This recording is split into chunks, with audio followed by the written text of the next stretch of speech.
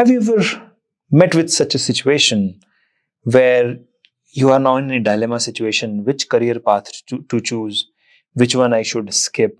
Or maybe has it ever happened to you like uh, probably you have to pursue your PhD or your master's or bachelor's and you're confused which college to choose, right? Or which organization or lab to choose or which project investigator to choose. So these are all very important career decisions. Isn't that right?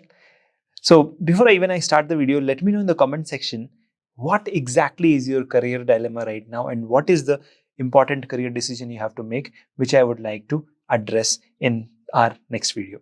Now to start with today's video, I'm going to give you general instructions, but definitely if you comment below with what is your specific problem, I'll try to make a separate video on that problem also, or I'll ask my team member to do that. Okay. So now as you can see on your screen, I have 10 points today.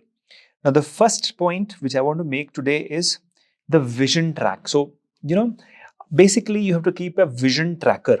Okay.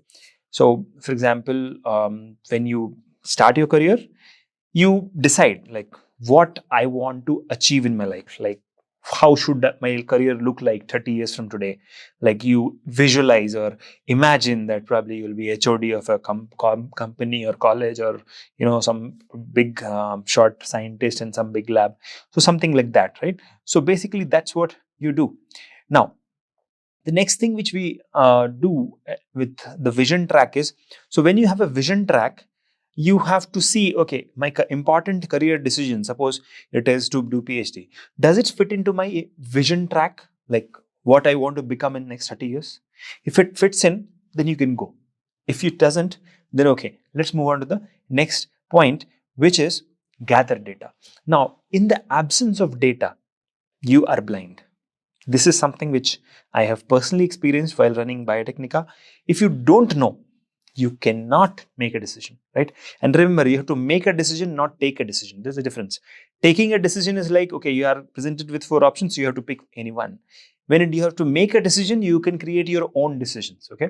So coming to the second point, gathering data. So whether it is admission process, whether it is changing your career track, whether it is restarting your career, gather data on how people have done it in the past and write it on a paper. It's very important to write down, okay, these are the things what people have done to achieve this. Okay, so when you have the data in front of you and the probability of that okay, what is the success rate and stuff like that, then you will be in a better position to make a decision. So in absence of data, you're blind. So first gather data. So second point is gathering data. Now coming to the third point, speak to 3 mentors. Okay, why 3? Why not 1? There is a reason. Now remember, in your experiments when you used to do in your lab, you used to conduct 3 experiments. One was control and then 2 samples, right? Similarly, here also you have to take help of 3 mentors, not 1 or 2. Now, who are they? The first mentor you got were from birth, and that was your parents.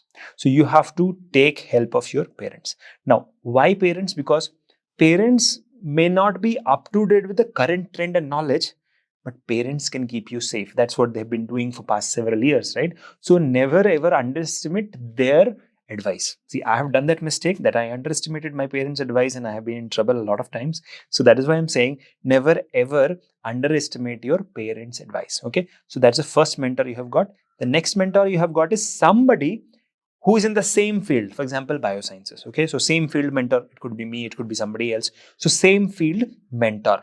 Now the third person should be outside field mentor, somebody who is, not from the field, but is seeing the field or observing the field. So for example, if I say that Earth is round, sitting on Earth, you don't know whether it is round. But if you take a rocket, go to moon, take a telescope and watch, you'll realize the Earth is round, right? So basically, that's what the outside mentor does. He can visualize your career from an outsider perspective and give you a clearer picture. So you need to have 3 mentors to make any important career decision. First is parents, which you already have. Second is some field mentor. And the third is some outside field mentor. Okay. So these are the 3 pointers. Moving ahead to the fourth one, which is visualize what if you don't get it. Okay, for example, many people prepare for CSIR. So visualize what if you don't get it. What will be your plan? How would you do it? And another vision you should create is visualize what if you get it, right? So in both the cases, if you can visualize that, okay, if I have got it, how would life look like, whether I'll be nearer to my vision track, or and if it is something which is if you have not achieved, if you have achieved, how would the life look like? So both things you have to visualize, right? So what we in regular stuff we say is, you have to always prepare for your bad days, right? So visualize if you don't get it, visualize if you get it, how would life look like? So that's what you have to visualize. That's my fourth point. And then see how does it impact your vision track, because the most important thing is vision track. Now coming to the fifth point is, okay, now that you have decided that, okay, I want to make this career decision, so you have to break down this career decision into small steps. For example, you want to become a scientist in CCMB, or you want to become a scientist in Harvard, or you want to become a professor in Amity University or SRM somewhere, or maybe a government lab or university. So now you have to break down into steps. Which one now, once you have broken down into steps, prioritize which ones you should do first. So that's my fifth point for you. Now coming to the sixth point, which is, as always, very important, SWOT analysis. Now, strength, weakness, all this you have to analyze. What are my threats? What are my opportunities? When you have the SWOT analysis ready, and that is what actually a data format also, data point. So you know, okay, my dream is to become a scientist, but my strength is not to stand in a lab for hours and do research. That's something I find boring. So definitely that's going to be a problem. Or maybe your weakness is you're not able to, perform experiments for long hours, something like that. So when you do SWOT, which is strength, weakness, opportunities, and threat analysis, you will be in a better position to make a decision for your career. Now, the next point, which is funding analysis. So, many a times we just dream, "Arey, ye karenge, wo karenge," but we forget that who is going to fund it, right? So, if funding is going to be a problem, like financial situation, then even if you have all the things in place, you will not be able to achieve. So funding analysis you have to do. Okay, I want to do this. So how would I fund this initiative? Right. So that way you'll be in a better position to make sure that once you have planned, once you have broken it into milestones and you're in process of achieving it, suddenly funds are not there. It should not happen. Right. So funding analysis is another point which you should consider. The next point is plan B. Now remember, even if everything goes as per the plan, there are chances, maybe 0.1% chance that things go haywire, right? Maybe the health doesn't permit, maybe the parents were too sick so that you could not leave the city, or maybe you got through and then you realized it's boring and then you had to leave the job or leave that dream.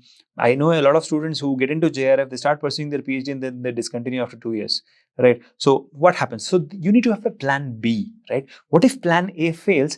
What will be my plan B, so that you don't keep all your eggs in the same basket, and once the basket is destroyed, all the opportunities are gone. So that should not happen. And if you want a plan B, then talk to me. I will definitely help you out with that. Okay. Now coming to the point number 9, which is safety analysis. Now this is very, very important. Okay. You'll be like, okay, the world is not full of terrorists. Certainly not. But remember the third point which I told you, speak to your mentors who are your parents. So now parents always try to keep you safe, right? Why? Now, the moment, like, you're a girl child, you want to go abroad or you want to go into another city and do a job or do PhD, your parents will be very anxious about your safety, right? So you have to really do safety analysis of that city, that place, that area, that workplace, and find somebody who can actually got your back when there is a safety issue, right? Maybe a local guardian, maybe a brother, sister, friend, whoever. So you need to have a safety net around you, no matter wherever you are. Okay. Now it's like, okay, you have electricity and then you have a UPS, right? So something like that. So that's all about the 9 points which I wanted to discuss. Now coming to the 10th part, which is a conclusion. Allow me to tell you this, that whatever career decisions you will make, they're not going to be wrong or right. So let's not be a judge of that. Instead, let's believe in this. Let's know this, that if you take the plunge towards your passion and convert it into your profession, then probably all these points doesn't matter. Okay. But definitely the funding and safety points matter, but all other points probably don't matter. But at this juncture, very important things which you should know is, you have to be focused. You have to be passionate about whatever you do. If you love whatever you're doing, you know, you'll definitely enjoy it, and if you're enjoying it, even if it's the wrong decision, you won't regret it. Okay. And passion, I think a simpler way of saying is, if you love if you love your work more than the Netflix series which you watched last week, so that's passion. And the simple definition of passion is, if you can wake up at 2 o'clock at night for the next 30 days and do the same stuff which you're doing right now at work, if or studies, if that's something which you're loving, then that's your passion. So these are all the pointers which I wanted to make about how to make your important career decisions whenever you are at the crossroads of what to do, what not to do, because at times maybe I'm not able to answer. And I made this video as a special request by one of our student, and she was at the position of doing her PhD from abroad in India. She got through both and she was confused. So I hope it helps her and it helps all of you. Let me know in the comment section what kind of questions you have. I will definitely try to help you out. Thank you so much for watching this video. It was fun interacting with all of you. Wonderful again. See you soon in the next one. Till then, take care. Bye-bye.